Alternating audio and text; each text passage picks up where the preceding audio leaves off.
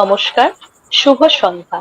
রাষ্ট্রবিজ্ঞান চর্চা কেন্দ্রের পক্ষ থেকে সকলকে জানাই শারদীয়ার প্রীতীয় শুভেচ্ছা এবং শুভ বিজয়ার প্রীতীয় শুভেচ্ছা। আপনাদের কাছে আমরা কৃতজ্ঞ, কারণ আপনারা সর্বদাই রাষ্ট্রবিজ্ঞান চর্চা কেন্দ্রের পাশে আছেন। এইভাবেই আমাদের সাথে থাকুন।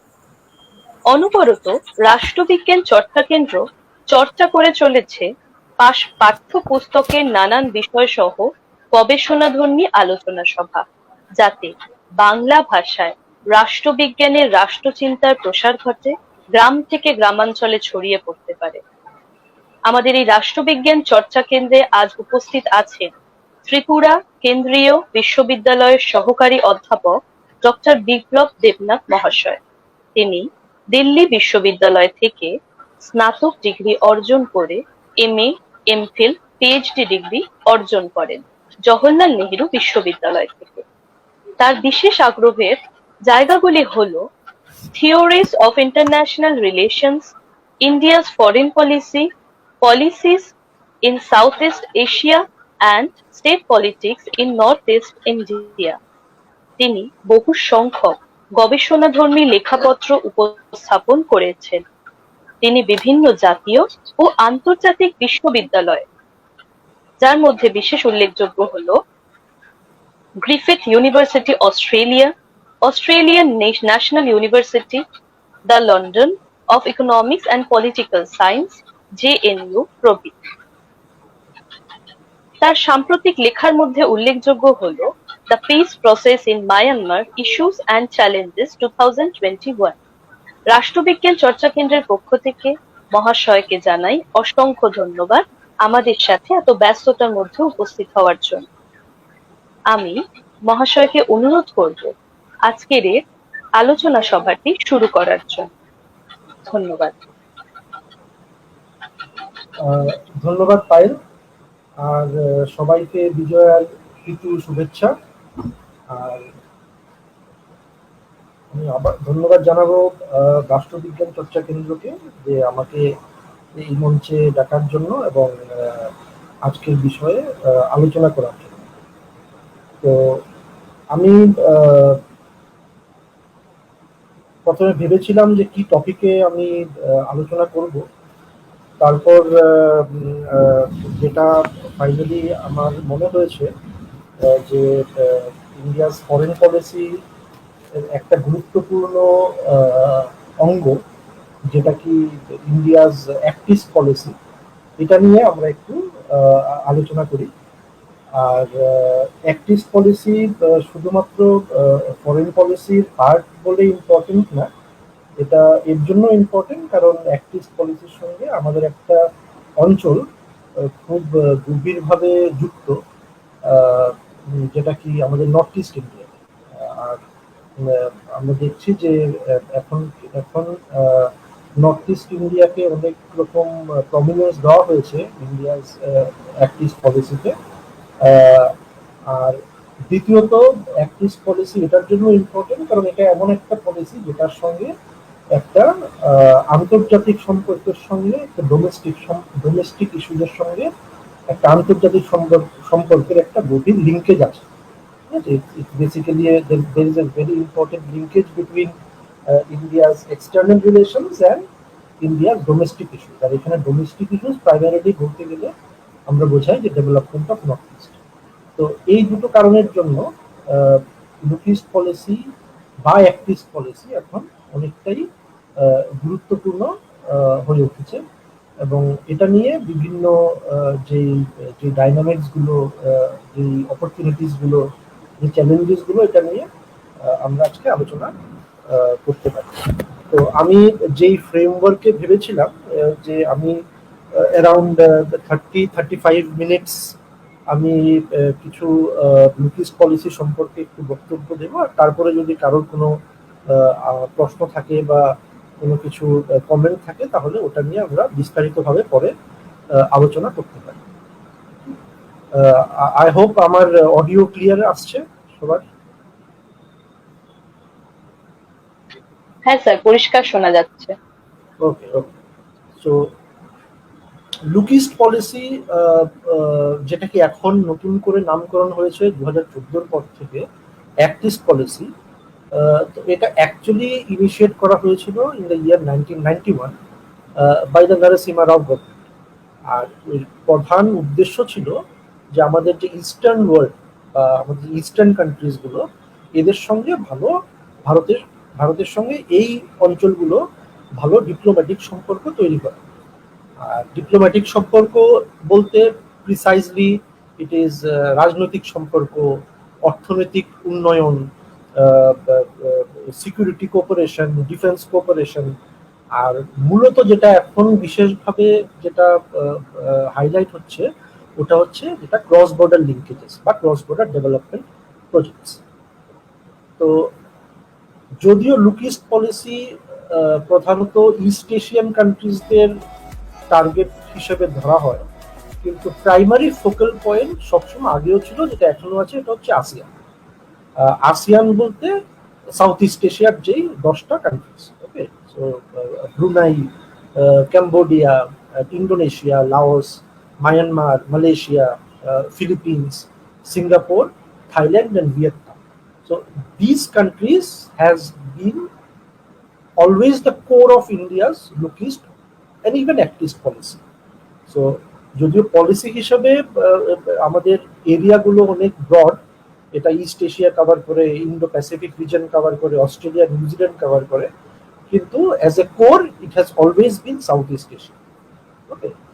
আর সাউথ ইস্ট এশিয়ার এই যে 10টা কান্ট্রি, এদেরকে ইনস্টিটিউশনালি রিপ্রেজেন্ট করে একটা খুব গুরুত্বপূর্ণ রিজনাল অর্গানাইজেশন, যেটাকে আমরা বলি ASEAN, association of south east Asian Nations, যেটা কি 1967-এ তৈরি করা হয়েছিল। আর তখন there were 5 member countries, that was Indonesia, Malaysia, Philippines, Singapore and Thailand. পরবর্তী সময়ে 1984-এ ব্রুনাই জয়েন করে, 95-এ ভিয়েতনাম আসিয়ান জয়েন করে, 97-এ লাওস আর মায়ানমার জয়েন করে, আর একদম শেষে 99-এ ক্যাম্বোডিয়া জয়েন করে। তো it is now a regional organization of all the 10 countries of Southeast Asia. Economically, অর্থনৈতিক দিক থেকে দেখলে it is a very very dynamic region. GDP is close to $9 trillion. R actually এই ইকোনমিক অর্থনৈতিক ডাইনামিজমের জন্যই initially ইন্ডিয়ার look east policy South east এশিয়াকে target করে। আর 1991 যে পিরিয়ডটা, যেটা যে সময়ে তোমার লুক ইস্ট পলিসি ইনিশিয়েট করা হয়েছিল, ওই পিরিয়ডটাও খুব গুরুত্বপূর্ণ বিভিন্ন কারণে, কিন্তু প্রাইমারিলি যে কারণটা, it was a period, it was the beginning of the post cold war period. ঠান্ডা যুদ্ধ শেষ হওয়ার যে পরবর্তী অধ্যায়টা, জাস্ট ওই বিগিনিংটা। আর যেহেতু ঠান্ডা যুদ্ধের যে সময়টা, it was a very broad term, broad periodic term, almost close to 50 years. তো 99-এর পরে the world was very uncertain. তো আমরা তখন ইট ওয়াজ ভেরি আনসার্টেন যে গ্রেট পাওয়ার্সদের মধ্যে রিলেশনশিপ কেমন থাকবে। USSR was no more a country. It was বিভাজনের পর Russia, it was replaced by Russia. There was uncertainty regarding the role of America, uncertainty regarding the role of China, and even other Asian countries like Japan, for example. So একটা great পাওয়ারদের dynamics কিরকম হবে ওটা নিয়ে একটা খুব uncertainty post 99 পিরিয়ডে ছিল। আর ওই সময়ই লুক ইস্ট পলিসি বা অ্যাক্ট ইস্ট পলিসি ইনিশিয়েট করা হয়, ওকে। আর এটার জন্য দু পক্ষেরই ইকুয়ালি ইন্টারেস্ট ছিল বলা যেতে পারে।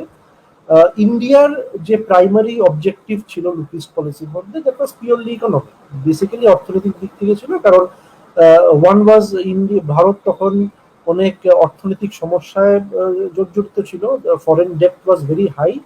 আর India's growth rate, which was, India যে সোশ্যালিস্ট মডেল ফলো করছিল, that was also not giving them much dividend. ওটা খুব বেশি যে মানে ডিভিডেন্ড দিচ্ছিল তেমন তা না। তো India underwent a radical transformation, যখন ওর অর্থনৈতিক ব্যবস্থাকে সোশ্যালিজম থেকে পরিবর্তন করে it became more liberal and market oriented.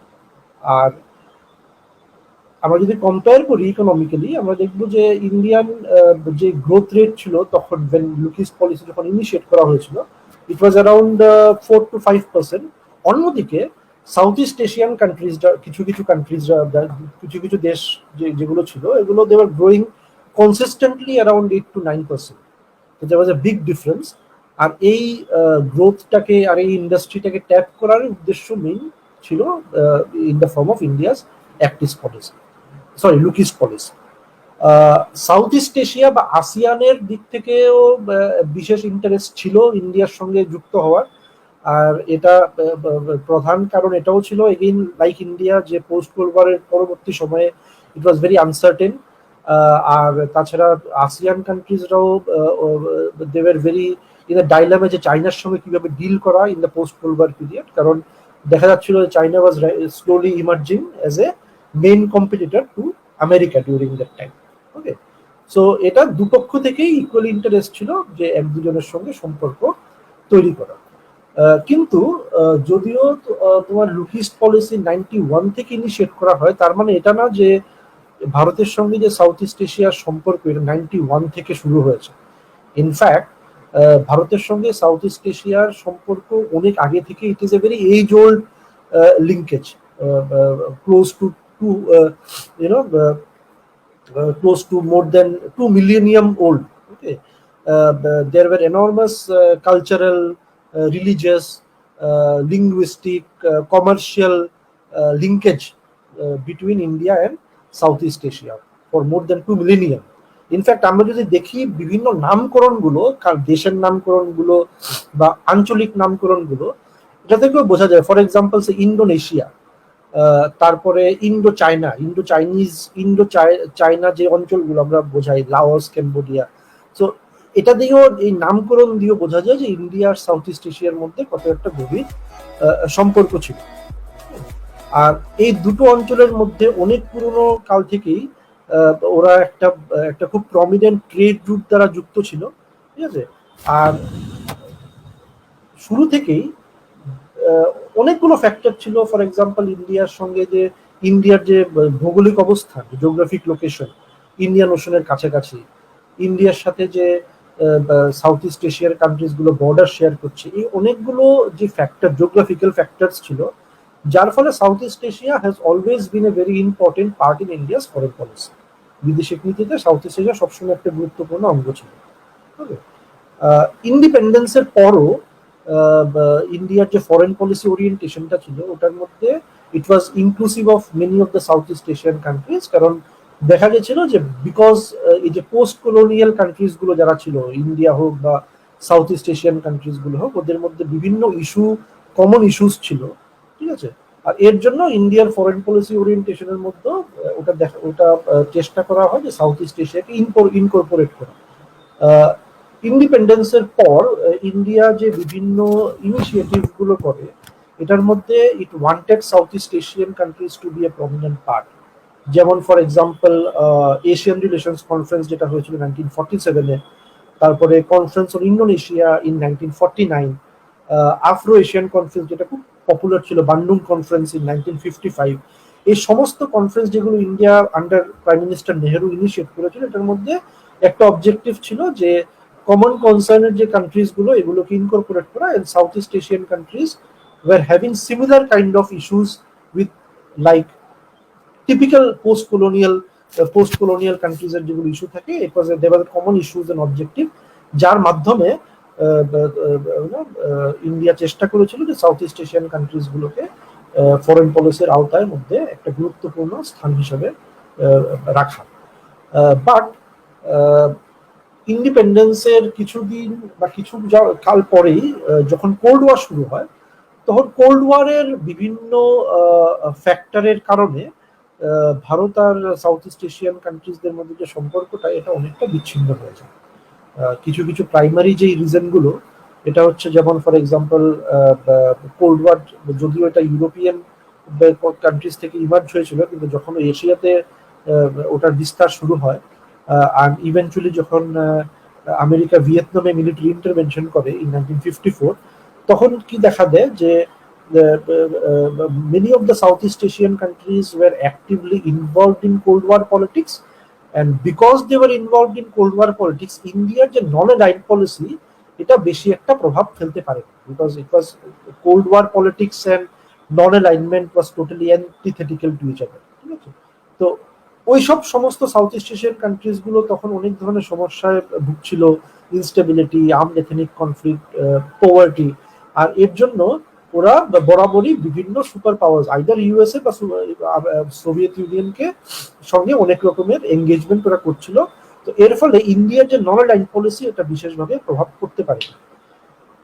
দ্বিতীয়ত, ইন্ডিয়ার তরফ থেকেও যদিও ইনিশিয়ালি ইন্ডিপেন্ডেন্সের পর থেকে non alignment became a very significant policy, আর ইন্ডিয়ান ফরেন পলিসি আউটলুকও অনেকটা গ্লোবালিস্ট ছিল, anti colonialism, anti imperialism, anti cold war, disarmament, এগুলো খুব গ্লোবালিস্ট ওরিয়েন্টেশন ছিল in the initial phase of independence, যেটা ফরেন পলিসিগুলো ছিল। কিন্তু from the 1960s, particularly after the 1962 war, when যখন ইন্ডিয়াকে একটা হিউমিলিয়েটিং ডিফিটের সম্মুখীন হয় এগেইনস্ট চায়না, আর যেটার তোমার অ্যাডভান্টেজ নিয়ে Pakistan also initiated another war in 1965, তখন দেখা যায় যে ইন্ডিয়ান ফরেন পলিসি ওরিয়েন্টেশনটা অনেকটা চেঞ্জ হয়।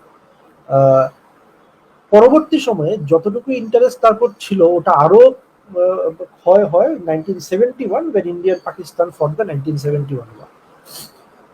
ওরিয়েন্টেশন চেঞ্জটা এভাবে হয় যে after this three incidents Indian foreign পলিসিতে তোমার এই যে গ্লোবালিস্ট পার্সপেক্টিভ গুলো ছিল এগুলো suddenly came into the background, আর ইন্ডিয়া স্টার্টেড রিয়েলাইজিং যে ইন্ডিয়া যেই ভৌগোলিক অবস্থানে আছে that is a very dangerous, very unstable region, কারণ অল নেবারিং কান্ট্রিজরা সঙ্গে ইন্ডিয়ার সম্পর্ক ভালো ছিল না।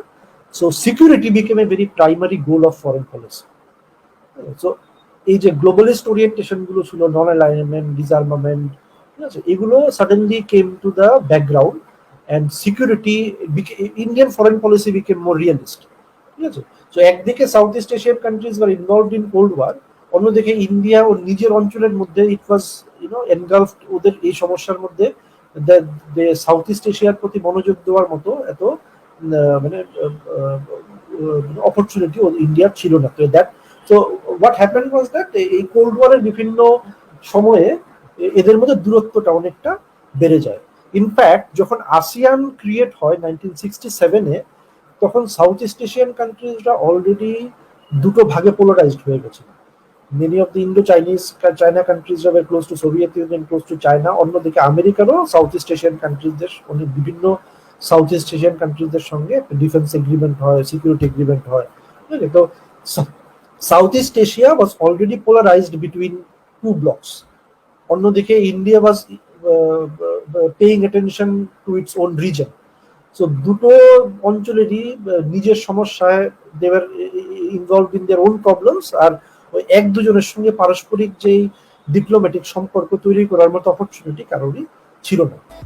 ইভেনচুয়ালি যখন কোল্ড ওয়ার শেষ হয়, ব্লক পলিটিক্স শেষ হয়, ইন্ডিয়ান ইকোনমিক রিওরিয়েন্টেশন হয়, ট্রেড বিকেমে, যখন ভারতের ফরেন পলিসিতে ইকোনমিক ডিপ্লোমেসি খুব গুরুত্বপূর্ণ এলিমেন্ট হিসেবে উঠে আসে, তখন আস্তে আস্তে করে south east Asia became important, economies of south east Asia became important. তো পোস্ট কোল্ড ওয়ার মানে কোল্ড ওয়ার শেষ হওয়ার পরে বিভিন্ন রকমের অপরচুনিটি আসে দুপক্ষ থেকেই, যার ফলে তোমার both India and Southeast Asia would come close to each other, and that was the beginning of the Lukist policy, যেটাকে আমরা বলি, in 1991।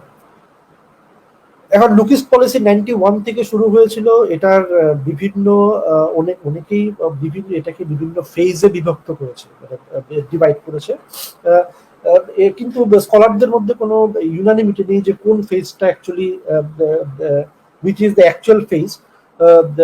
এটা আমরা বিভিন্ন রকমের স্কলার আলোচনা করেছি। অনেকে ফেজগুলোকে পিরিয়ড হিসেবে ডিভাইড করেছে, যে এই পিরিয়ড থেকে এই পিরিয়ড। অনেকে ফেজগুলোতে ইস্যুজ উপর ডিভাইড করেছে, যে এই ইস্যুজের উপর ফেজগুলো ডিটারমিন করা হয়।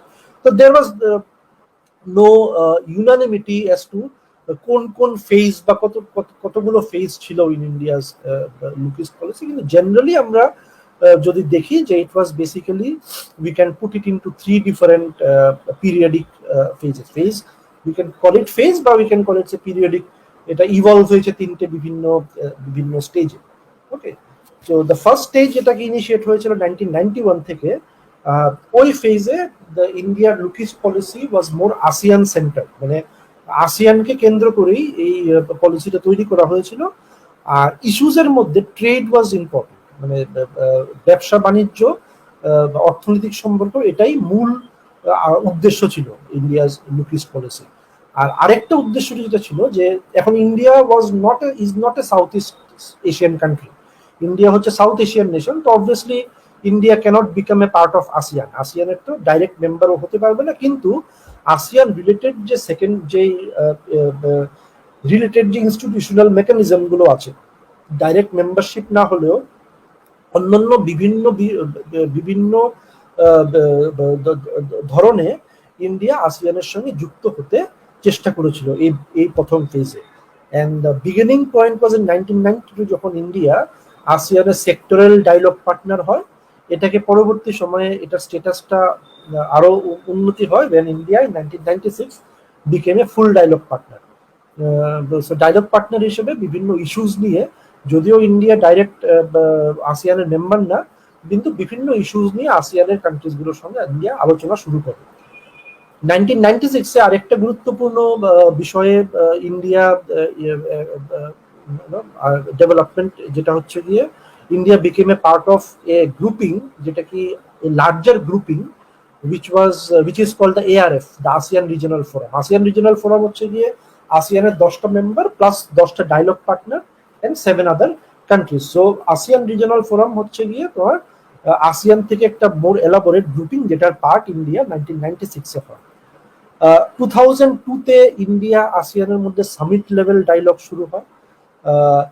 আসিয়ান সামিটের সাইডলাইনসে ইন্ডিয়ার সঙ্গে আসিয়ান মেম্বার কান্ট্রিজের সামিট লেভেল ডায়লগ শুরু হয়। তো that was also a very significant development. আর এগুলো ছাড়া India was also involved in a few institutional mechanism, যেটাকে শুধুমাত্র আসিয়ান কান্ট্রিজের সঙ্গে না, কিন্তু it was like sub regional grouping, যেটার মধ্যে সাউথ এশিয়ান আর সাউথ ইস্ট এশিয়ান কান্ট্রিজরাও ছিল।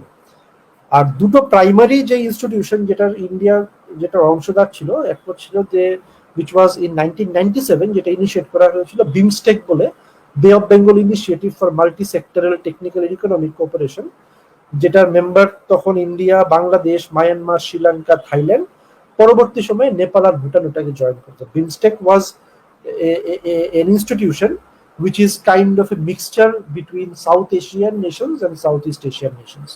আর সেকেন্ড ইনিশিয়েটিভ যেটা ইন্ডিয়া পার্ট হয় in 2002, that was Mekong Ganga cooperation.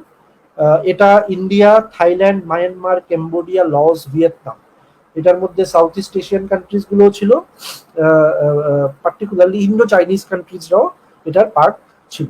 So sub regional গ্রুপিংস এরও ইন্ডিয়া তখন ইনিশিয়েট, মানে ইনস্টিটিউশনাল স্ট্রাকচারে ওরা India wanted become a part. So basically first ফেজে ইন্ডিয়ার অবজেক্টিভ ছিল ট্রেড, ফোকাস ছিল আসিয়ান, আর আসিয়ানের যে ইনস্টিটিউশনাল যে বডিজ গুলো ওটাতে একটা মেম্বার হওয়ার বা ওটার একটা অংশীদার হওয়ার একটা চেষ্টা ওই ফেজে তোমার ইন্ডিয়া করেছিল। সেকেন্ড ফেজ শুরু হয় generally in the beginning of 2002-2003, যখন India's look east policy was made much more comprehensive, মানে এটাকে এক্সটেন্ড করা হয়েছিল both in terms of target countries as well as in terms of issue areas. Target countries বলতে 2003 এর পর দেখা গেছে যে একটা প্রচেষ্টা ছিল যে আসিয়ানকে ইনক্লুড করে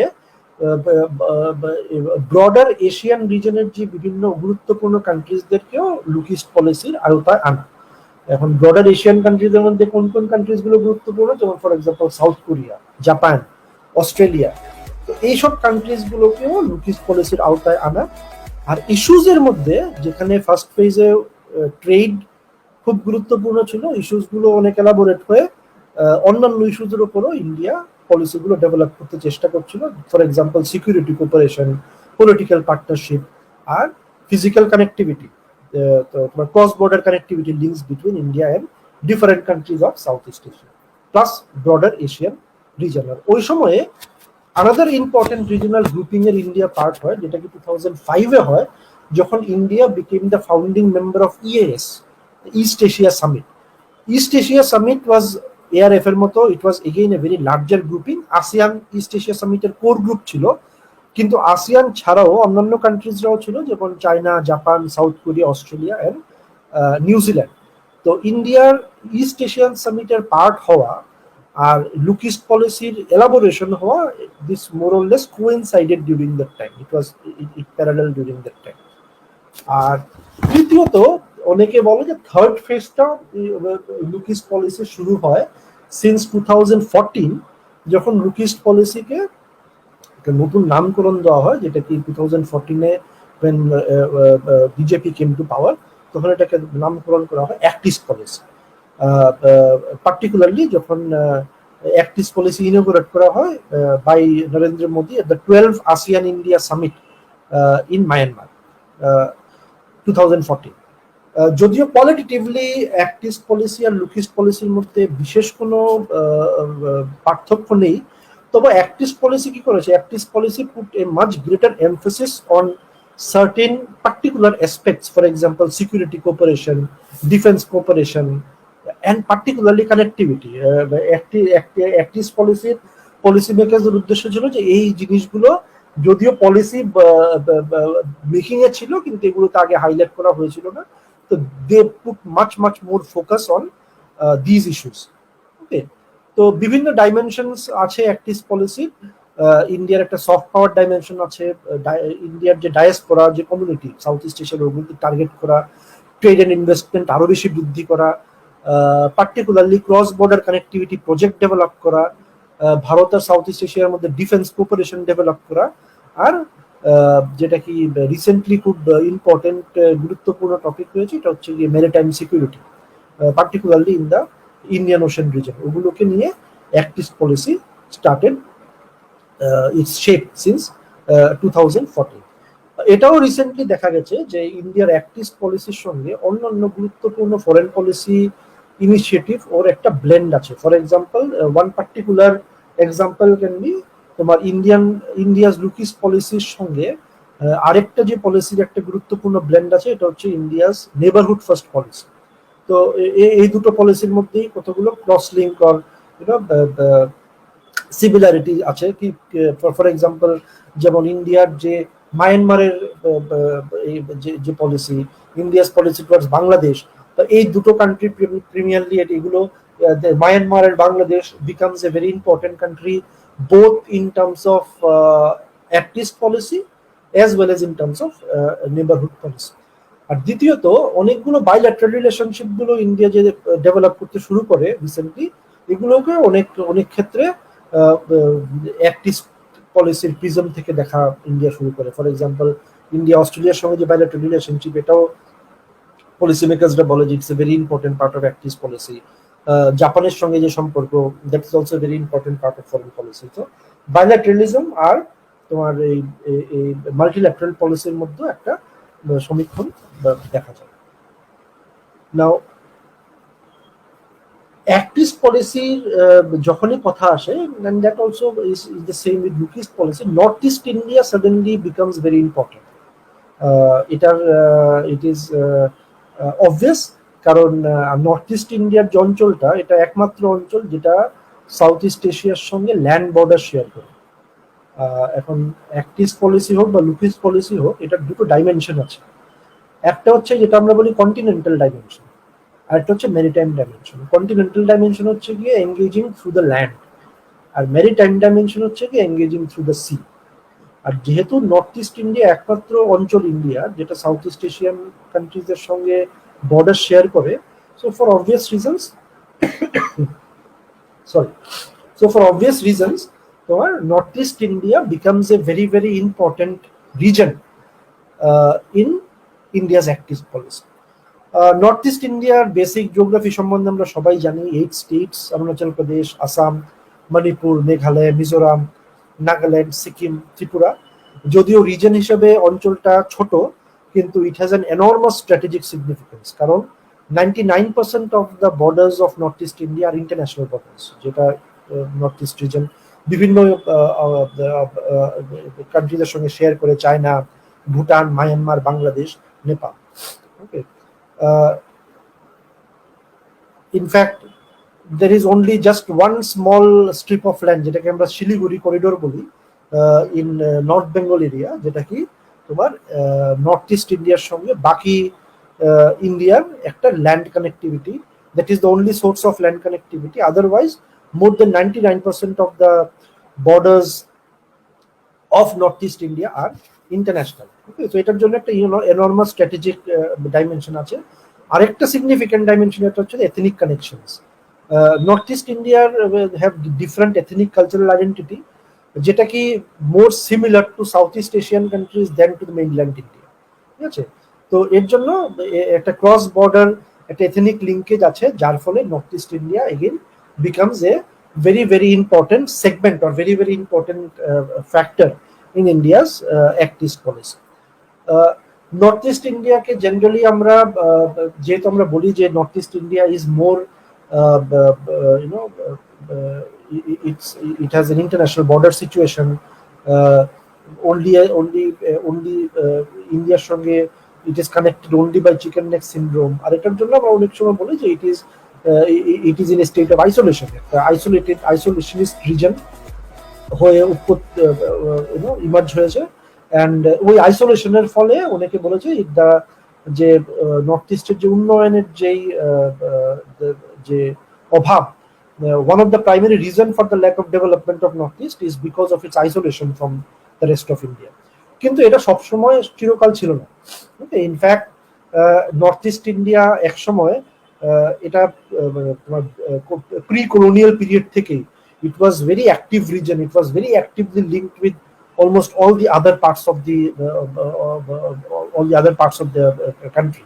Okay, আর ব্রিটিশরা যখন আসে ডিউরিং দ্য কলোনিয়াল পিরিয়ড, ওই যে লিঙ্কগুলো ছিল ওটাকে আরো মুক্ত করে। For example, during the colonial period Brahmaputra river, তারপর বারাক সুরমা রিভার তখন এক্সটেন্সিভলি ইউজ করা হতো, particularly for trade, both between Northeast India এখন আর present day Bangladesh, as well as between Calcutta আর তোমার সাউথ ইস্ট এশিয়ান কান্ট্রিজ গুলো। So there was a very active waterways, মানে জল মাধ্যমের দ্বারা একটা খুব অ্যাক্টিভ ট্রেড রুট তখন নর্থ ইস্ট ইন্ডিয়াতে ইউজ করা হতো। So it was a very vibrant, very commercially viable then very connective region যেটা ছিল।